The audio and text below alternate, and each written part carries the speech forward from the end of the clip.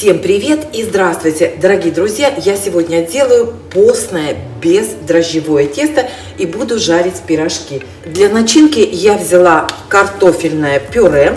Сразу предупреждаю, получается некрасиво, поскольку начинка постная, без масла и без молока. Я добавила туда обжаренные грибы и обжаренный лук. Лук жарила на постном масле. И капустная начинка, тоже капусту потушила, добавила соль, перец и обжаренный на постном масле лук. Ну и теперь давайте приступим к тесту. Каждый раз, поскольку мука получается разная, тесто получается тоже по-другому. Поэтому вот здесь у меня просеянно взвешено 600 грамм муки. И еще отдельно я взвесила 200 грамм. Тоже, конечно, просеяла. Посмотрим, сколько понадобится. В муку я добавляю чайную ложку разрыхлителя. Вот так вот, ну, скажем так, с небольшой совсем горкой. И чайную ложечку соли, тоже такую, знаете, с небольшой горкой. Все это перемешаю.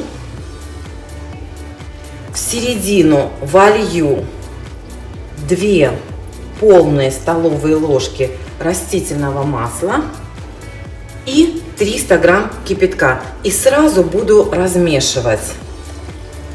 Вода у меня буквально вот только закипела. И сразу замешиваю тесто, сначала лопаткой, поскольку, конечно, вода горячая. Ой.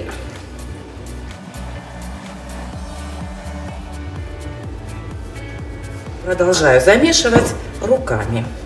Тесто должно быть мягкое и эластичное. И у меня такое впечатление, что 600 грамм муки достаточно даже с лихвой.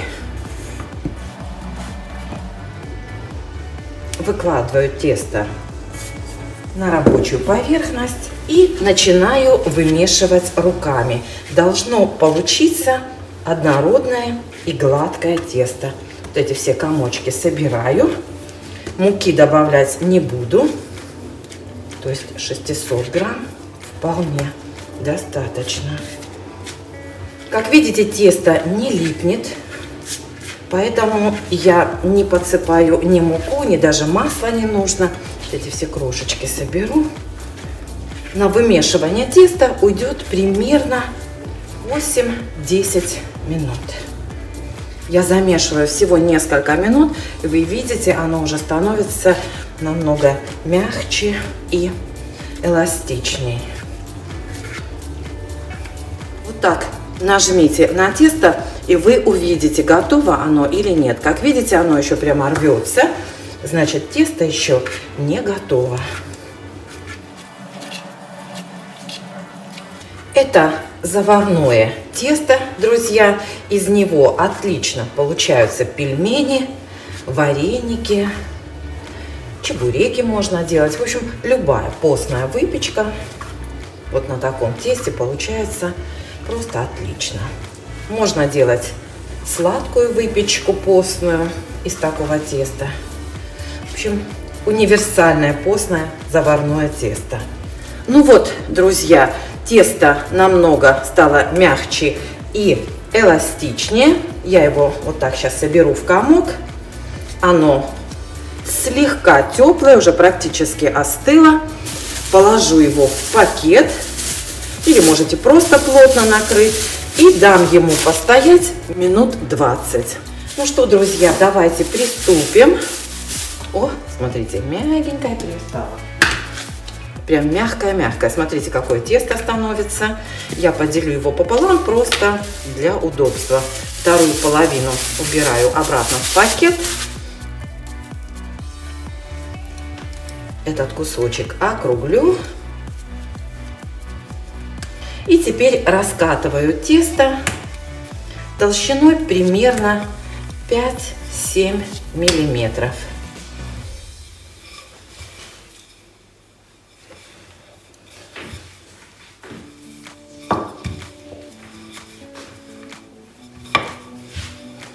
Даже чуть тоньше.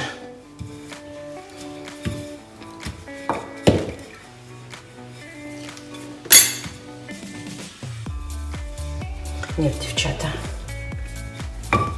7 миллиметров. Это, конечно, я перегнула. Кстати, знаете что? Вот буквально, смотрите, вот просто припылите рабочую поверхность мукой.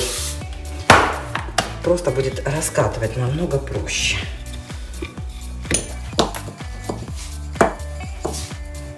Вот так. Все. Да, отлично. И теперь вот таким кружком, диаметр у меня 98 миллиметров, вырезаю кружочки. Ну, конечно, это зависит от того, какого размера вы хотите делать пирожки.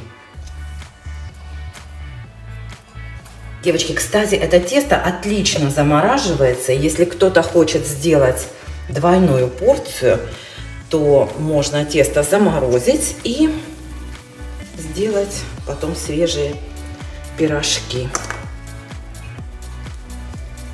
Остаточки кладу тоже в пакет, чтобы они не заветривались. Ой.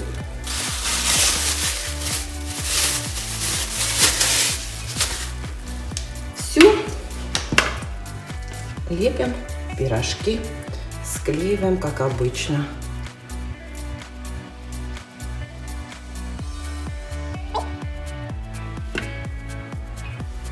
Вот так. Даже можно было потоньше раскатать.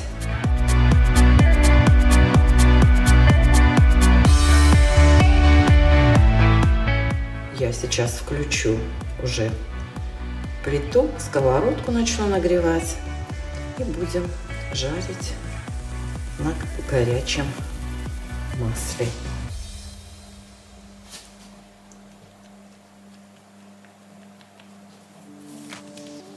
Кстати, друзья, это тесто годится как для жареных пирожков, так и для печеных. Я не очень люблю печеные пирожки в духовке, потому что яйцом их не смажешь, они получаются какие-то бледненькие, поэтому я предпочитаю, конечно, жареные. Но тесто хорошее и для...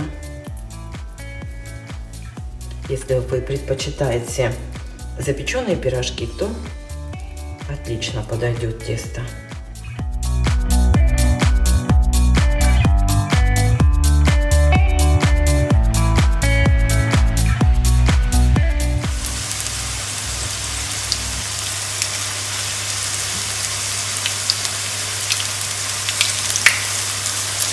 Ой, перепил.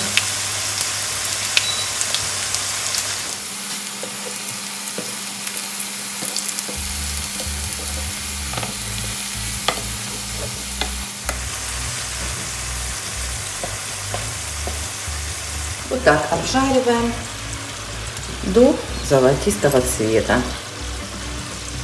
Не знаю, видны вам пузырьки на тесте или нет. Сейчас покажу поближе.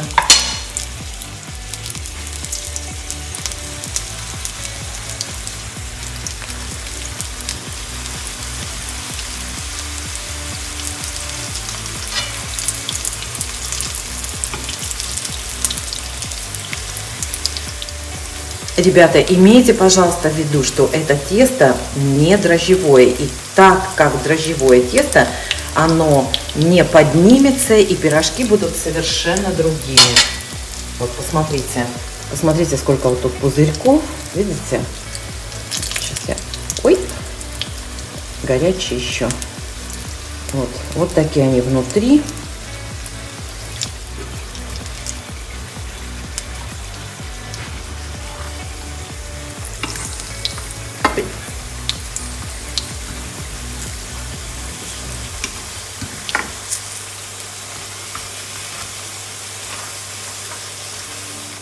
Ой, ребята, вкусняшка.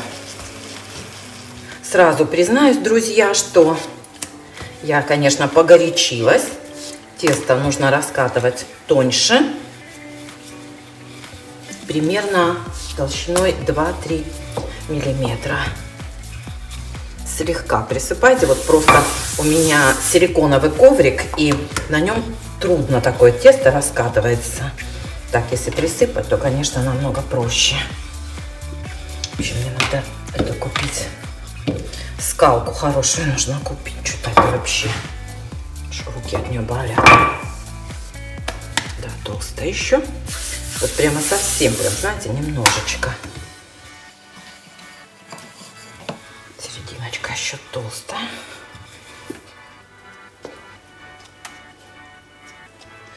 Ну как вот, ничего страшного.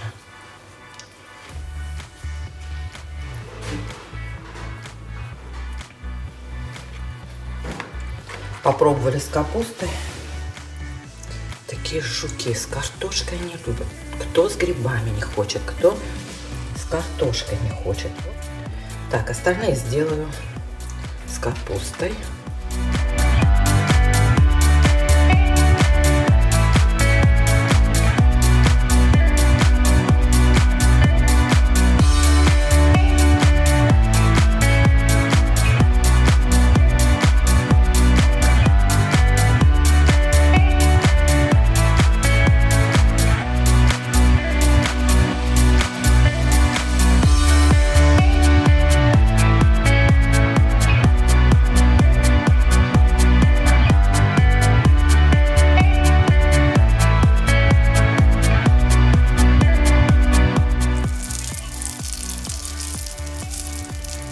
Кстати, друзья, я выкладываю пирожки на салфетку бумажную.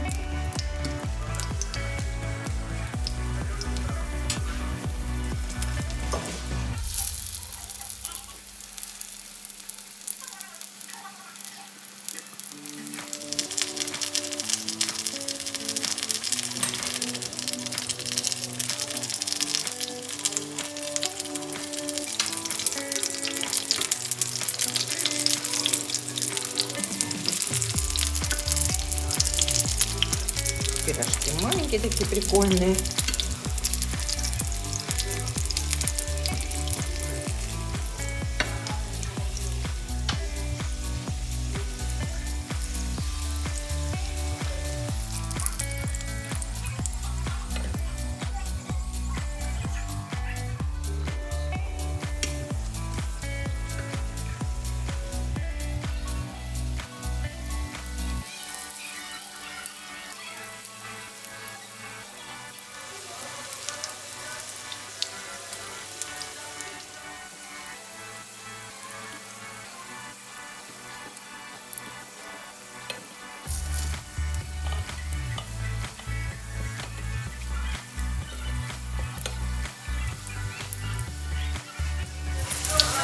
Все.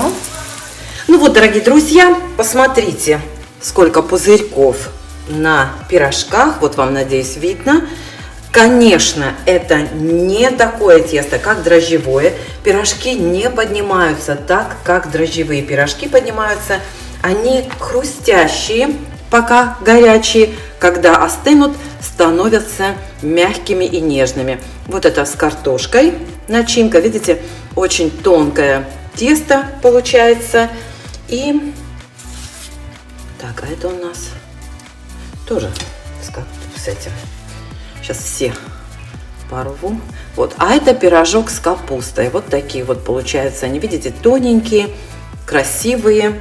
Я считаю, что это просто отличный вариант для постного стола. Очень сытные пирожки получаются, вкусные. Самое время пить чай.